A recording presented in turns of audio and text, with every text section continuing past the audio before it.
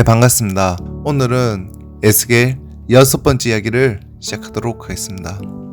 16장에는 핵에 망측한 창녀 예루살렘, 이것은 비유인데 이런 비유가 에스겔서 안에 특별히 많이 나와서 에스겔이 입만 열면 비유를 한다 해서 저거 비유쟁이 아닌가? 비유쟁이가 오늘은 또 무슨 비유를 하느냐? 이런 식으로 말할 정도로 에스겔이 거의 비유로 이야기해요. 알아듣기 쉽게 비유를 하는데 이 비유는 이렇습니다. 하나님께서 어느 날 길을 가다가 길 옆에 보니까 피도 안 닦고 탯줄도 안 자른 계집아이 하나가 팽겨져 있다는 거예요. 그래서 안 죽고 살아있길래 아이고 너 피투성이 너 살아야지 하고 불쌍한 것 하면서 탯줄을 자르고 소금을 뿌리고 물로 씻고 그러고는 불쌍히 여기면서 길렀어요. 그러다가 어디에 맡겨놓고 오랜만에 다시 와보니까 다 컸어요. 다 큰 계집애가 창피하게 혈압이 하나 안 걸치고 알몸이 있는 거예요. 그래서 아이고 이 불쌍한 거 이래가지고 옷도 하나 안 입고 있었구나 하면서 하나님이 내가 저에게 결혼해줄까? 장가들어줄까? 그렇게 생각한 거예요. 그러면서 맑은 물로 씻기고 옷을 대충 시장표 살펴도 되는데 어려서부터 버림받은 것이 너무 안쓰럽고 불쌍해서 제일 좋은 곳으로 살폈어요. 내가 네 곁으로 지나며 보니 네 때가 사랑을 할 만한 때라. 내 옷으로 너를 덮어 벌거벗은 것을 가리고 네게 맹세하고 언약하여 너를 내게 속하게 하였느니라. 나 주 여호와의 말이니라.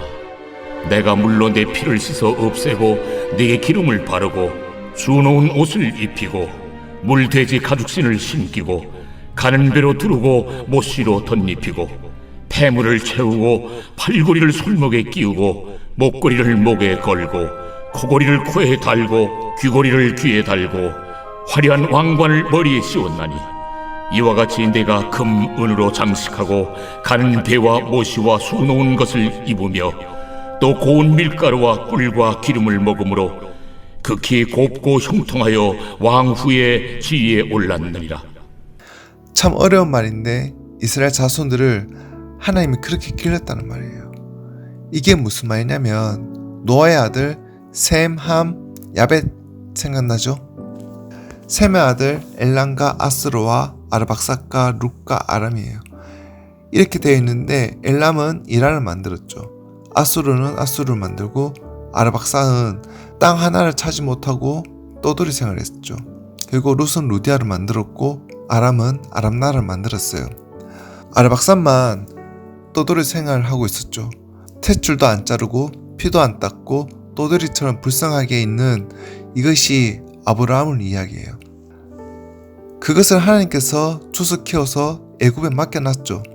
애굽에 400년 동안 통통하게 살이 쪘죠. 그런데 아무 옷도 입지 않고 헐렁벗고 있는 거예요. 그래서 하나님 자기 옷을 벗어서 덮어주고 비싼 것을 사다가 입히고 장식도 화려하게 했는데 이것은 솔로몬의 영광으로 화려하게 입혔다는 거예요. 입혔더니 왕후의 지위에 올라갔죠. 명성이 자자하게 된 거죠. 근데 아직까지 하나님이 한번 품어보지도 않았고 안아보지도 않았고 첫사랑 되어보지 않았는데 어느 날 그 길로 나가서 이놈 저놈 잡놈들과 놀더니 이게 남자 맛을 보더니 그냥 하루는 집에 안 들어오고 온갖 별 잡놈들과 놀아나는 거예요. 그리고 창녀라도 하대를 받고 몸을 제공하는데 이런 회개 망측한 창녀가 남자를 사다가 행음하고 있는 거예요. 창녀같지도 않다는 거예요.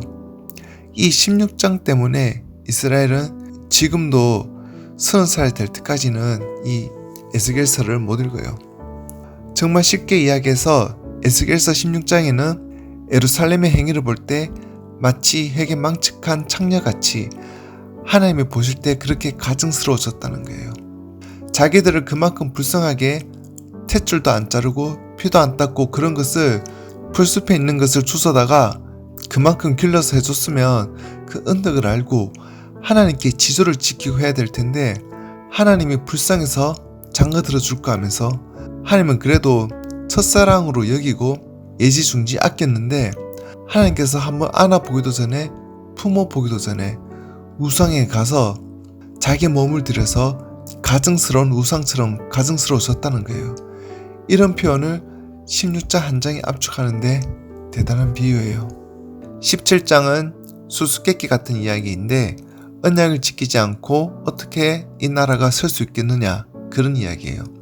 16장 17장에 함께 이어지는 내용은 소돔 고모라보다 예루살렘이 더 악했다는 거예요. 그리고 더 나아가서 사마리아보다 예루살렘이 훨씬 더 악을 행했다는 거예요. 예수님도 오셔서 너희에게서 행한 이적을 소돔과 고모라에 행했다면 그들이 벌써 회개했을 것이다. 너희에게서 행한 이적을 두로에게 행했다면 그들이 지금까지 성이 남아있을 것이다. 그러니까 예루살렘의 죄악이 소돔이나 사마리아나 두로보다 더 악한 짓을 많이 했다는 거예요. 그런데 그 악하게 된 근본은 하나님과 맺은 언약을 지키지 않았다는 거예요. 언약을 지키면 복을 주신다고 했는데 결국 이스라엘은 그 언약을 지키지 않았다는 거죠. 18장은 하나님의 최고의 경고장.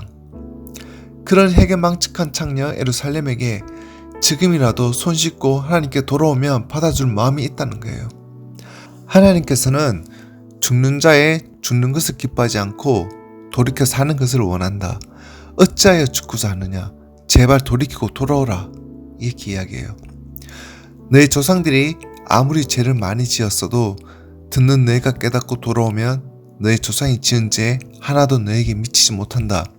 반대로 너희 조상들이 아무리 경건하게 살았다 할지라도 내가 이 하나님 말씀을 듣고도 거역하고 돌아서면 너희 조상들의 의로운 행위는 하나도 기억이 안 된다고 해요. 예수님을 믿고 그 언약을 지키고 진심으로 내 마음에 모시고 변화된 삶을 살면 저주는 절대 따라오지 않아요. 그런데 이스라엘 백성들이 하나님은 공평하지 않다고 계속 떠드는 거예요.